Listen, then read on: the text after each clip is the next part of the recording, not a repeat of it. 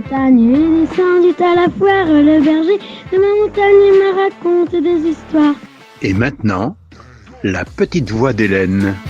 Bonjour et bienvenue dans le podcast La petite voix d'Hélène. Alors Hélène, c'est moi. Et la petite voix, c'est celle qui a bien grandi et qui vous met en lumière aujourd'hui. Alors aujourd'hui, j'ai un invité assez spécial que je reçois, un jeune entrepreneur depuis quelques années qui s'appelle Théo Boutet. Théo, il est miroitier et depuis tout gamin, il sait qu'il veut être patron. Il est venu pour nous parler de son expérience, de son parcours, mais aussi pour nous montrer la découverte qu'il a faite très récemment sur un produit assez révolutionnaire. Donc moi, techniquement, je n'y connais rien. Je lui laisse la parole. Bonjour Théo. Salut. Merci d'être venu. Avec plaisir. Merci à toi de m'accueillir surtout. Avec grand plaisir. Alors, on n'en est pas à notre première expérience d'interview, puisque à l'époque où j'ai fait de la radio, tu as fait partie de mes invités au moment où tu te lançais.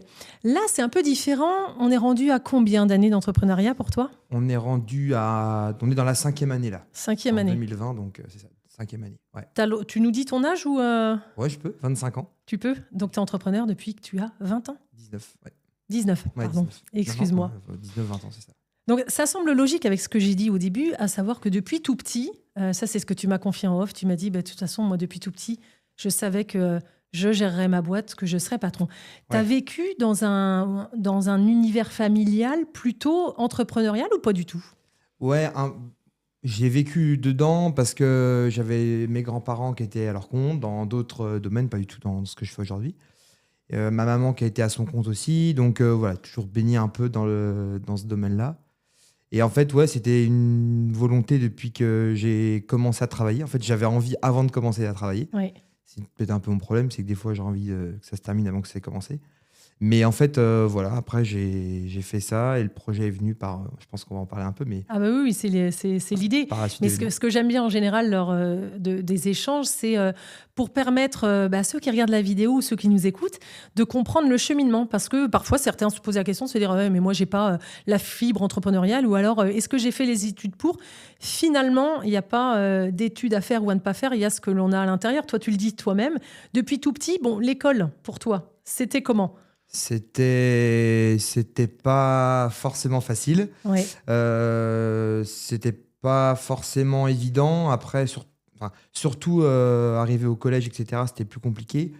Et après le collège, quand j'ai commencé à trouver quelque chose qui me plaisait, donc le commerce, les gens, etc., là, j'ai commencé à voir le bout du tunnel et aller à l'école avec un peu plus d'enthousiasme qu'au départ, quoi. Oui, parce que quand on te connaît un petit peu, ce qui est mon cas, on sait que tu es quelqu'un qui a énormément d'envie, plein d'énergie.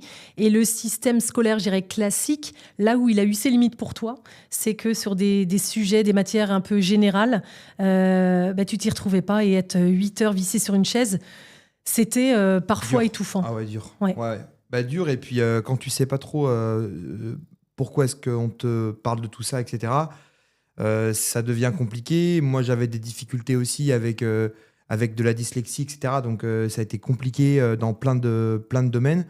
Et là où j'étais vraiment plus à l'aise, pas parfait, mais plus à l'aise, c'était en fait avec les gens, avec les profs. J'ai toujours bien aimé être avec les adultes, etc. La relation, c'était ce qui te caractérisait Ouais, finalement. avec les autres, avec les profs, avec les autres élèves, etc. Donc ça se passait plutôt bien de ce point de vue-là, mais par contre, l'école, c'était pas terrible, quoi. Donc l'école plutôt sans objectif clair. À partir du moment où tu es passé sur la partie commerce, là, ça a été une autre histoire. Ouais, complètement. Après, C'était concret. Ouais, c'est concret. Tu fais ce que tu aimes, tu commences à voir ce pourquoi tu bosses. Et là, c'est top parce que après, moi, j'ai fait un peu d'alternance, j'ai fait un peu de stage qui était rémunéré. Donc, tout de suite, tu vois aussi que ça sert à quelque chose. Donc, c'est trop cool, quoi. Donc, c'était quoi ? C'est post-bac, ce que tu as fait ? C'était quoi ? C'est un CAP, un BTS ? Ouais, j'ai fait un bac au départ dans le commerce. Et puis après, à la fin de ce bac-là, j'ai voulu m'orienter dans le métier que je fais aujourd'hui, donc le métier du verre. Et puis après, j'ai fait un CAP, en fait, mais après le bac.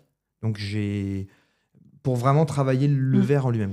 Alors, le verre, parce que tu parles du verre, comment tu y es venu ? il y avait quelqu'un dans ta famille? C'est complètement Ouais. par hasard? Comment t'es venu? Parce que c'est ultra pointu, le métier de miroitier. Encore Sans plus, j'irai mauvais à jeu de ton âge, c'est pas forcément ce qu'on t'apprend dès la 6e. Bah non, le verre, ça m'est venu parce que donc ma maman en fait avait donc une miroiterie à Mhm. Cholet qu'elle a montée en association avec d'autres personnes, avec 2 autres personnes. Et puis avant, elle travaillait pour le compte d'une boîte, mais aussi dans le verre. Donc il y a ça. Et mon papa travaille dans une entreprise qui fabrique du vitrage isolant. Donc bah, en fait voilà, Oui, j'ai tu toujours as entendu baigné parler de dedans ça. Ouais. depuis tout petit, Mais finalement. pas techniquement par contre, tu vois. Mhm. J'ai toujours entendu parler de ça, mais pas dans le côté vraiment technique que moi je fais aujourd'hui, quoi. Non, tu savais qu'il travaillait dans ce domaine-là. Ouais. Et le côté, comme tu me l'as dit aussi avant l'émission, il dit, comme je reprends tes propos, hein, pour moi, le travail est essentiel. Tu as toujours vu tes parents travailler. Mais quand C'est on ça. dit travailler, c'est pas on a tous un travail. C'était plutôt la valeur travail qui était importante. Ouais, l'implication qu'ils donnaient dans le boulot, en fait. Oui. Mes parents, mes grands-parents, etc., en fait, les gens autour de moi ont toujours beaucoup travaillé. Donc bah, en fait, on reproduit. Et je sais qu'aujourd'hui, c'est facile aussi quand tu fais un truc que tu aimes. C'est aussi facile d'avoir de la valeur travail et de travailler beaucoup. C'est pas le cas de tout le monde, mais moi aujourd'hui, oui, j'aime ce que je fais. Donc, bah, Tu je fais pas bosse, quoi. partie de ceux qui disent allez, bah, ça va comme un lundi, ou allez, plus que 3 jours, C'est plus ça. que 4 Non, jours. non, pas trop. Bon, alors là, c'est un petit conseil de ma part. Quand vous commencez à parler comme ça, pensez à changer de voix. Ouais, c'est ça. Bah, Donc, ouais, toi, ça fait pas partie de ton ADN. pas du tout. Tu as été directement. Alors, comme tu le dis, techniquement, tu n'y connaissais rien. Mm. Donc, tu t'es lancé directement dans le bac pro, au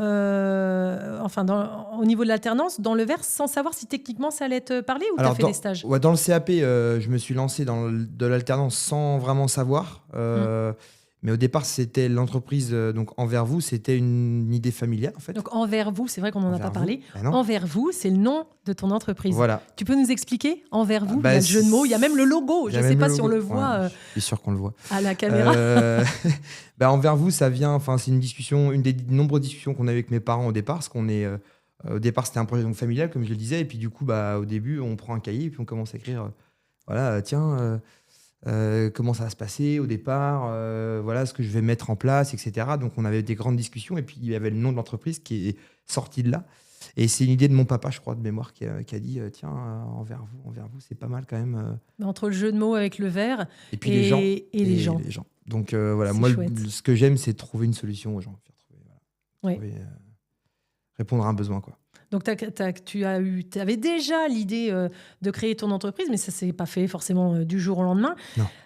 En bac pro, tu t'es dit quoi? Techniquement, il fallait que tu apprennes le métier. Exactement. Ouais, exactement. En bac pro, en fait, fin du bac, on avait un projet. Mes parents avaient ce projet de miroiterie au départ, en fait. Mhm.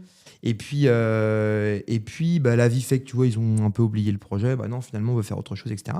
Et puis. Donc toi, tu n'avais pas oublié, par non, contre. pas trop, non. Pas trop. Je rabâchais, tu vois, régulièrement. Et puis un jour, voilà, ils me disent, bah, écoute, nous, voilà, pour la 10e fois, on te le dit, on le fera pas. Mais par contre, si toi, tu as envie de le faire, fais-le, va au bout de On ton te truc. suit, Et quoi. nous, on te suit, quoi. On va t'aider comme on pourra le faire, mais on t'aidera. Mhm. Et donc, bah, je me suis dit, bah ouais, en fait, c'est peut-être pas si bête que ça, quoi. Donc techniquement, tu t'es techniquement, contenté ouais. de l'entreprise où tu étais en alternance? Comment Voilà. tu as fait? Bah, j'ai fait donc de l'alternance. Alors, pas du tout dans ce que je fais aujourd'hui, mais ça m'aide quand même beaucoup parce que je travaillais donc dans une usine, en fait, où on faisait du vitrage, etc. Et tout à la main. Enfin, c'était une usine, mais quand même un peu, tu vois, côté artisanal. Donc, Ouais. c'était vraiment cool. Et puis après, au bout d'un an, moi, j'avais déjà mon projet en tête, rentrant là-dedans. Et puis, bah, voilà, j'y suis allé. Et puis, j'ai passé une super année. On m'a beaucoup aidé, on m'a beaucoup appris. Et puis ensuite, moi, je voulais continuer de bosser, tu vois, après cette année-là, parce que je me suis dit, avant de s'installer, il faut quand même avoir un peu de bagage, etc. Un peu de bouteille, oui. Voilà. Alors qu'en fait, c'est pas toujours vrai. Enfin, je veux dire, après, quand tu es face à un problème, tu le résous, t'as pas le choix. Tu crois que c'était pour te rassurer ou pour te donner une légitimité? Parce que Un peu des malgré deux, tout, 19 Ouais. ans, Ouais. même si finalement, à partir du moment où tu as ça dans tes tripes, on y va. Mais la légitimité, tu penses que c'était plus vis-à-vis de toi que tu en avais besoin ou... vis-à-vis de moi et des clients. Ouais. Il y avait un peu des deux, tu vois. Il y avait un Mhm. peu du... Ouais, faut quand même être sûr de ce qu'on fait Mhm. vis-à-vis des gens. Et puis, moi, avec moi-même, me dire, voilà, Je saurais de quoi je parle réellement. Ouais. Quoi. mais c'est un peu un problème. Enfin, c'est pas un problème, mais c'est une question que je me pose souvent dans plein d'autres domaines. Le nouveau, c'est toujours un peu perturbant. Oui, alors après, ça Pas reste dramatique, humain. mais bien sûr, ça reste humain, Perturbant c'est ça, au début, et exactement. une fois que tu y vas, Ouais, t'as raison. t'es au bouteille, il fonce, quoi. Il essaye. Donc Il cette essaye. entreprise-là, tu t'es dit, je vais compléter. De mémoire, tu es allé dans une entreprise en Vendée, Ouais. où tous les feux étaient ouverts. On t'a présenté un poste. Exact. Avec Aux un multifacettes. Ouais, j'étais en Vendée, à côté de Montaigu, et dans une entreprise qui me faisait de l'œil.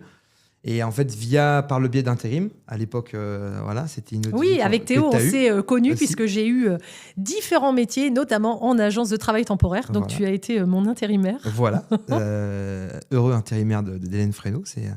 Et en fait, à ce moment-là, je cherchais du taf dans ce domaine-là. Et puis, on me l'a trouvé en Vendée. Et au final, j'ai eu un grave accident de moto qui m'a Oui. immobilisé pendant quelques temps. Et j'ai fait une rencontre Où on ce t'avait dit jour-là. d'ailleurs, suite à l'accident de moto, que tu en avais pour un nombre de mois. Ah ouais, bien plus long bien plus important du moins que ce qui s'est vraiment passé. Ouais. Mais voilà, à cette entreprise-là, il y avait donc le responsable avec qui le courant est vraiment bien passé. Et donc, il m'a proposé un Puis il poste. était qui motard lui était aussi, je crois. un homme motard. Quelqu'un de bien. Vous vous forcément. êtes compris et Mais ouais. il t'a dit à l'époque, prends le temps qu'il faudra, je t'attendrai. C'est ça. Ça, C'est fou quand même. c'était pour toi. Ouais. Et toi, comment tu as fait entre ce que disent les médecins, parce qu'ils connaissent quand même leur métier? Ouais. On te dit, Théo, tu ne remarcheras pas avant tant de temps. C'est ça. Toi, Ouais. qu'est-ce qui s'est passé dans ta tête à ce moment-là? Qu'est-ce qui fait que tu as réussi à avancer? Alors, il y a les limites du corps, évidemment, mais toi, t'estimes que tu as un mental qui Non. a joué Alors oui, je pense, mais c'est surtout que moi, je ne peux pas rester à rien faire. Voilà, ça, c'est un fait. Donc, on m'avait dit pendant 6 mois, voilà, ça va être compliqué, etc.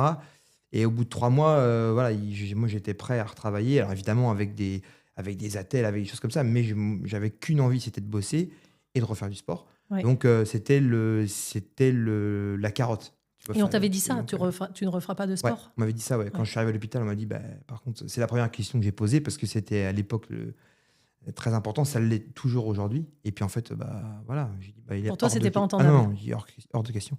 Donc, on m'a opéré. Après, on m'a dit que finalement, voilà, ça allait être possible, etc., mais que ça allait prendre un certain temps.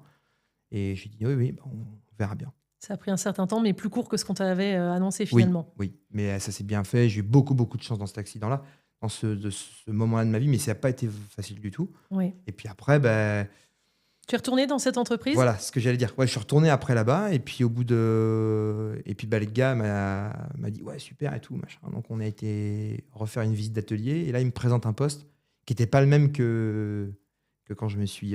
Qui était beaucoup plus opérationnel, celui-là. Oui, Autant le premier voilà. poste, tu me disais, c'était plutôt multifacette, où tu voyais techniquement énormément de sujets. Ouais. Et là, il avait un besoin, peut-être c'était suite à un départ d'un En retraite. salarié? En retraite, Départ, ouais, exactement. Et puis en fait, il me dit, écoute, je comprends tes besoins, on s'était mis d'accord, mais entre-temps, il y a de l'eau qui a coulé sous les ponts, et donc malheureusement, le poste que j'ai à te proposer aujourd'hui, c'est celui-ci. Et donc, je lui ai dit, écoute, ça m'embête, quoi. Moi, ça va m'apprendre forcément, parce qu'il y en a toujours des choses à apprendre, mais là, c'est pas ce que je voulais sur le moment.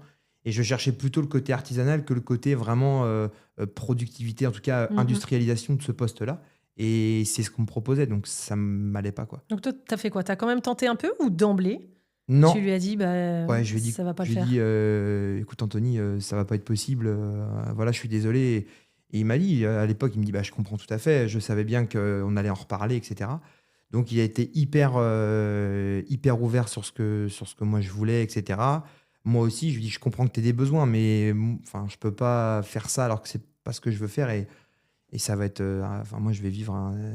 Ça va pas être Donc cool, lui, quoi. il l'a entendu finalement. Ouais. Et toi, qu'est-ce qui s'est passé pour toi à ce moment-là, entre le fait de dire, moi, je vais me respecter, je ne vais pas aller sur un poste qui ne me correspond pas du tout. À ce moment-là, comment Chercher du taf. T'as cherché d'autres tafs. Toujours dans le même domaine? Ouais, dans le domaine de la miroiterie, mais comme c'est un domaine où il n'y a pas beaucoup d'entreprises,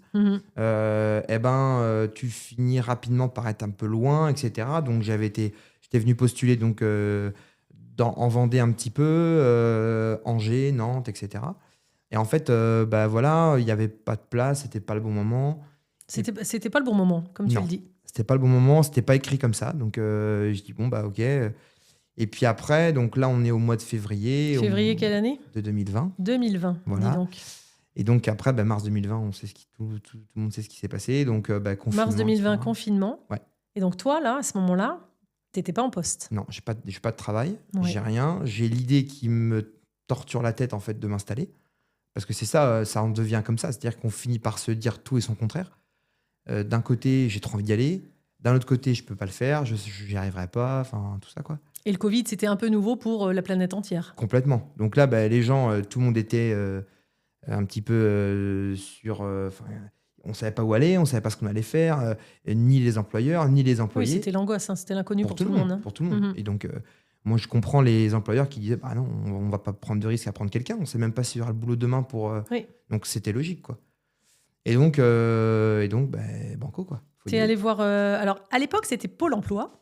C'était pas encore France Travail. C'est ça. C'est avec Pôle emploi que tu as échangé à ce sujet-là en disant, voilà, qu'est-ce que je peux faire qu'est-ce qu'il existe comme formation, comme formation gestion d'entreprise. Comment tu as... C'est ça, ouais. J'ai parlé de mon projet, le projet de m'installer dans ce que je voulais faire. Et puis, en fait, on m'a dit, on a bien un truc avec la BGE, etc. la BGE, tu peux expliquer en 2 mots ce que c'est? Alors moi, La boutique de gestion. Voilà. L'objectif de la BGE, c'est d'aider les gens qui ont des projets. Alors, je pense qu'il y a plein de buts. Hein. Moi, je parle de la BGE de ce que je connais. Oui. Moi, la formation que j'ai faite, c'est une formation qui est financée par la région et qui t'aide en fait à te lancer, à lancer ton projet et en gros, à balayer un peu tout ce qu'il y a à savoir, entre guillemets. Alors, on rentre pas dans le détail de tout. Non, mais entre le statut... statut, tu sais, juridique, ouais. comment on vend le produit, comment on fixe des prix. La notion de business plan aussi. Voilà, plein de choses comme ça qui sont complètement abstraits et où on s'en fait une montagne parce que franchement, c'est un peu une montagne quand même. Ça se fait pas comme donc ça. Donc, on s'en fait une montagne, mais c'est quand même une montagne. Et après, on sait pourquoi on s'en fait une montagne parce que c'en est un petit peu une quand même. C'est-à-dire c'était vraiment bien parce que ça te permet de savoir quand même pas mal de choses et d'anticiper pas mal de choses. Et ça, c'est franchement, moi, j'ai passé un super moment avec la BGE, c'était top, vraiment. Et dès que je peux en parler, j'en parle parce que c'est pas très très connu, mais en même temps, c'est hyper utile, quoi. Et c'est vrai que tu es un peu leur référent hein, quand il y a des journées un peu promotion pour les nouveaux entrepreneurs. Souvent, tu es cité. Et dans l'entrepreneuriat, il y a des personnes qui se lancent d'elles-mêmes sans accompagnement. Donc, toi, tu as eu cet accompagnement-là. Ouais. Et tu me le disais aussi en off, certains, malgré l'accompagnement, se rendront compte que techniquement, ils sont très bons. Mais sur l'à côté, parce que quand on est entrepreneur, contrairement au salariat, t'as pas juste ta production pure à faire. Tu as tout ce qui est la relation commerciale, la vente de ton produit, la comptabilité. Donc ça prend... en fait, tu dois tout faire. Ouais. Mais en même temps, c'est pas facile, mais en même temps, c'est hyper enrichissant. Et puis le fait, moi, ce qui me plaisait dans le côté, tu vois, être à son compte, peu importe en fait ce que je faisais, moi, je m'en fichais. Au départ, dans mon idée, quand j'étais plus jeune, c'était je voulais être paysagiste à mon compte. Ouais. Voilà. Moi, quand j'étais jeune, chez mes parents, ils pourraient le dire si c'était là. J'aime bien quand j'étais jeune. Voilà. Alors, c'était jeune de quel âge? Excuse-moi, Hélène, excuse-moi. Je t'aurais pas dû dire ça. Mais quand j'étais plus jeune... quand j'étais plus Merci jeune, pour la nuance. Voilà. En fait, chez mes parents, je faisais donc le jardin, tu vois. Oui. Et je notais sur un cahier, dans le cabanon, tu vois, j'avais mon petit bureau, je m'étais fait mon bureau, et je notais ce que je faisais, les heures, les dates et tout. Et donc, je m'organisais, tu vois, machin. C'était déjà mon truc. payais parce que tu Certainement notais pas. les heures. J'aurais toujours refusé. Mais par contre, je m'organisais, tiens, voilà, je vais devoir acheter ça dans tant de temps, etc. Ouais. Et j'aimais déjà ça, quoi. Ouais, tu faisais de la gestion en mode cabanon. Ouais, voilà. C'était tranquille. Il n'y avait pas de bilan à la fin de l'année, mais je le faisais quand même, tu vois. Oui, mais ce qui est intéressant, je rigole sur le sujet, mais ce qui est hyper intéressant, c'est que tu avais ça finalement en toi. Ça coulait dans tes veines, cette notion de je sais gérer, je suis autonome. Et tu me l'as dit aussi, moi je ne faisais pas partie forcément à l'école des gens ultra populaires, suiveurs. Tu étais plutôt, voilà, tu avais... Je faisais mon truc. Moi, ce que j'aimais, c'était les gens. Ouais. J'aimais mes camarades, etc. J'aimais bien passer du temps avec eux, déconner, etc. Mais par contre, s'ils faisaient quelque chose qui ne me convenait pas, j'allais pas le faire, quoi. Ouais. Donc voilà, ça ne m'empêchait pas d'être copain avec eux, mais pour autant, voilà, j'avais ça. Tu assumais qui tu étais, ce qui n'est pas toujours évident dans ces âges-là. Donc, la BGE, tu as accompagné. Ouais, on est toujours en plein confinement. Ouais. Et tu apprends à gérer avec la BGE, justement, à avoir des petits outils pour même de réflexion, tu vois, dans tiens, comment je vais anticiper ça, si je peux l'anticiper avant de m'installer, etc. Ouais. Et parce que je rebondis sur ce que tu disais tout à l'heure, tu disais, tu sais gérer. Non, je ne sais pas gérer. À 19 ans, je ne sais pas gérer une entreprise du tout. C'est-à-dire que je me suis cassé les dents, je me suis fait avoir sur plein de sujets. Et après, l'autre chance que j'ai eue énormément, c'est que j'ai eu mes parents qui m'ont accompagné, ils ont fait ce qu'ils ont dit. Donc, ils sont toujours là pour moi, etc. Donc, j'ai de la chance de les avoir. Ils sont là en soutien si tu as besoin. Clairement. Sur des questions où des fois, quand tu rentres le soir ou quand tu en parles avec eux, tu dis, mais je vais arrêter. Après l'installation, après la BGE, bien plus tard. Ouais. Donc, la BGE m'accompagne, pour revenir à ce que tu disais. Et puis après, ça dure 6 semaines, la formation. Et moi, je m'étais installé pendant la formation. Oui. Je n'ai pas pu attendre. J'étais J'étais pressé. En plein confinement, Voilà. je m'installe. Je m'installe. Donc, Je bon, m'appelle Théo Boutet, j'ai 19 ans, je m'installe en plein confinement. Ouais. Mais Et justement, c'était trop bien. C'était trop bien parce que du coup, ça m'a permis d'anticiper un peu la gestion du coup, moi, de mes outils. oui. À dire, tiens, mes devis, comment je vais faire, etc. Donc, je faisais des exemples. J'essayais pour que le jour où il y a le premier client qui arrive, je passe pas pour un nouveau, quoi. Oui. Bon, je suis passé, je pense, pour un nouveau dans certains cas, mais après, voilà, on s'améliore et puis voilà. Et puis après, l'installation faite, début de formation, j'étais très présent. Et puis après, une fois que l'installation était faite, j'étais moins présent à la formation. Mhm. Enfin, j'étais là, mais j'avais la tête ailleurs, quoi. Et donc, Mais t'étais prêt. J'étais prêt, ouais. Mentalement, tu étais prêt. Ouais. Donc, tu t'es lancé en 2020. C'est ça. On est en 2025 aujourd'hui. C'est ça. Ça fait, comme tu disais, 5e année. Alors, avec un peu de recul, comment tu peux partager à ceux qui nous écoutent ou ceux qui nous regardent c'est hyper intéressant parce que finalement, tu as été très peu salarié et toi, tu t'y retrouves dans ce système-là. Alors, on est bien d'accord que quand bien même ça te ressemble, il y a des hauts, il y a des bas. Enfin, c'est le principe de la vie, des moments qui sont plus simples que d'autres. Ouais. Et en 5 ans, qu'est-ce que tu en retires? Comment maintenant que tu as un peu plus de recul, tu es moins nouveau qu'il y a 5 ans, ça c'est sûr? C'est ça. J'en retire qu'il n'y a aucun regret. Ouais. Ça, c'est déjà important. Tu continues? Je trouve, vraiment. Je re-signe pour 5 ans sûr. Ça m'a appris plein de choses au niveau professionnel, mais aussi au niveau personnel. C'est-à-dire que ça fait vraiment grandir, en fait, de travailler pour soi. Mm-hmm. Dans la valeur travail, on en parlait tout à l'heure, mais dans plein d'autres sujets, dans l'organisation, dans la patience, dans la persévérance, tout ça, c'est en fait, t'as pas le choix, quoi. En fait, c'est ça le truc. Ouais. C'est que puis moi, je suis pas d'origine très patiente de base, et je trouve quand même que je me suis un peu amélioré depuis que je suis à mon compte, parce que voilà, il y a des fois, on a dit qu'on allait faire quelque chose pour le client, pour lui rendre service. Des fois, on tombe sur un os. Tous ceux qui font de la rénovation le savent très bien.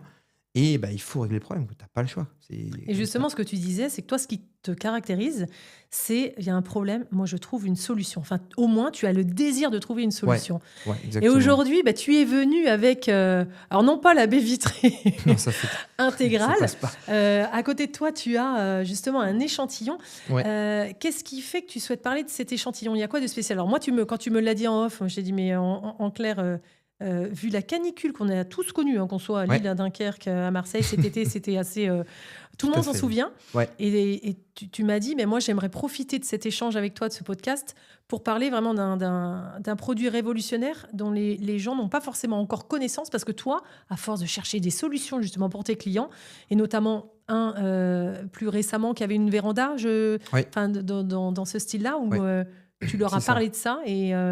Ouais, en fait, je te laisse parler. Techniquement, c'est pour moi, c'est toi. Non, mais c'est voilà, en fait, alors cet échantillon-là, il est pas caractéristique du produit dont je vais parler, mais c'est pour bien comprendre comment ça fonctionne. En fait, on a aujourd'hui une possibilité de trouver une solution alternative qui est pas toujours vraie, mais qui peut l'être des fois, au remplacement de la menuiserie complète par le vitrage isolant. C'est-à-dire que le vitrage isolant, en fait, on ne sait pas trop bien ce que c'est. C'est-à-dire qu'on connaît la fenêtre, les menuiseries, les huisseries, etc. On arrive bien à en parler, les gens comprennent bien. Mais en général, des menuiseries qui ont un petit peu d'âge maintenant, on a l'impression que la menuiserie est bonne à changer. Et des fois, ce n'est pas toujours le cas. Oui. Et donc, on a le principe du vitrage isolant. Au départ, c'est qu'on parlait que de l'isolation d'hiver. En fait, on cherchait toujours à ce que la chaleur qu'on produit à l'intérieur par Elle reste à l'intérieur. Exactement. Tu vois, elle revient et on en perd le moins possible. Et aujourd'hui, on a des vitrages qui sont bien connus, qui sont quasiment des mêmes propriétés au niveau visuel qu'un vitrage isolant classique, mais avec des couches à l'intérieur en fait du verre, tu vois. Oui. À l'intérieur de ce verre-là, on va mettre une couche et puis elle va permettre de filtrer justement ou de faire rebondir sur ce verre vers l'intérieur en fait la chaleur. Et puis, on a des innovations aujourd'hui qui existent, qui permettent non seulement de continuer à faire ça l'hiver, mais de filtrer les apports solaires et les apports lumineux et solaires naturels du soleil, de l'extérieur, l'été comme l'hiver. Donc, l'été, quand il fait très chaud, on va chercher à vraiment isoler la maison et garder le maximum de fraîcheur, tout en laissant rentrer la lumière naturelle. Oui, là où si on n'a pas de climatisation ou de volet roulant. Voilà. Alors toi, tu l'as testé parce que je l'ai mis chez moi. Tu aimes bien, tu l'as mis chez toi. Bien sûr. Et tu as un système de caméra thermique en plus à l'appui. C'est ça, j'ai des preuves à l'appui. Donc le but, c'est de prendre en fait, la chaleur, en fait, la température du moins des deux verres, du verre extérieur et du verre intérieur, et de dire mais là, en plein été, on a des verres qui sont à la même température à l'extérieur qu'à l'intérieur. Donc, automatiquement, la masse d'air dans la maison qui circule, les 35 degrés extérieurs, on est à 32 dans la maison. Quoi. Exactement. Voire plus quand tu es dans une véranda, c'est l'inverse. Voilà, là, c'est carrément l'effet de serre et ça monte encore plus haut. Et donc, aujourd'hui, avec ces tests-là, avec ces vitrages-là, on arrive à descendre, à gagner pour un verre. Moi, je l'ai fait chez moi, à ma baie, il y a 33 dehors et il y a 24 dedans, quoi. Donc automatiquement, c'est quand même énorme parce que alors on parle de réchauffement climatique et on le voit bien au niveau des saisons et quand il fait chaud, il fait vraiment chaud. Donc là, ce que tu expliques, c'est qu'avec ce produit-là, quand tu as une trentaine de degrés dehors, tu restes quand même à une vingtaine à l'intérieur. Ouais, voilà. Alors après, parler de température, c'est selon l'orientation, c'est selon le type de menuiserie, mais dans tout type de menuiserie, on peut opérer avec ce genre de vitrage-là. C'est ça qui est juste génial. Et puis, pour un coût qui est intéressant.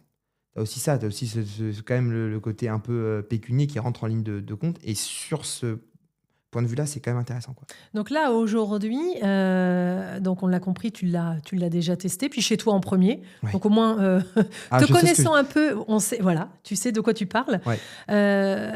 Quelqu'un qui serait intéressé, que ce soit par ce système de vitrage ou tout simplement par tes services, envers vous, c'est quoi aujourd'hui ? Donc on a compris que tu proposes des innovations, mais ton cœur de métier, c'est quoi ? Tu t'adresses à qui ? Aux pros, aux particuliers, à tout le monde ? Les deux, en fait, à partir du moment où il y a du verre, je peux intervenir. Donc, du verre plat, en fait, donc les verres de fenêtre, les vitrines pour les magasins. Tu vois, ça peut être des miroirs, par exemple, une salle de danse, une salle de gym. Ça peut être de la crédence, ça peut être du verre qu'on met sur une table. Enfin, tu vois, il y a plein de... C'est du sur-mesure, c'est toi qui fais tout en sur-mesure. Ouais, exactement. Donc, si on veut te joindre aujourd'hui, on fait comment ? C'est les réseaux sociaux ? Les réseaux sociaux. C'est Google. Tu vois, il y a une page Google, il y a un numéro de téléphone... Donc après, Théo Boutet, voilà, à chercher envers vous, avec le jeu de mots du verre. Ouais. Théo, est-ce qu'il y a une question que je ne t'aurais pas posée, à laquelle tu souhaiterais répondre ? Non, c'est parfait. Moi, je suis content que tu m'aies invité. C'est un plaisir partagé. Merci beaucoup, Hélène. Merci, Théo. Et quant à vous, chers auditeurs ou chers, je n'ai pas le terme, ceux qui sont derrière leur écran sur YouTube, c'est une nouveauté pour moi aussi, YouTube. D'ailleurs, j'ai pas les codes. Bienvenue si vous découvrez ces vidéos. Merci de nous avoir suivis. Et si vous, comme Théo, vous souhaitez venir à côté de moi en tant qu'invité dans La Petite Voix d'Hélène, c'est le nom de mon podcast, écoutez, contactez-moi. J'allais dire au 06, alors oui, c'est sur mes pages Google, mais sur mon adresse mail helenefreno.communication@gmail.com ou sur les réseaux sociaux. Merci à vous. Merci Théo. Salut Hélène.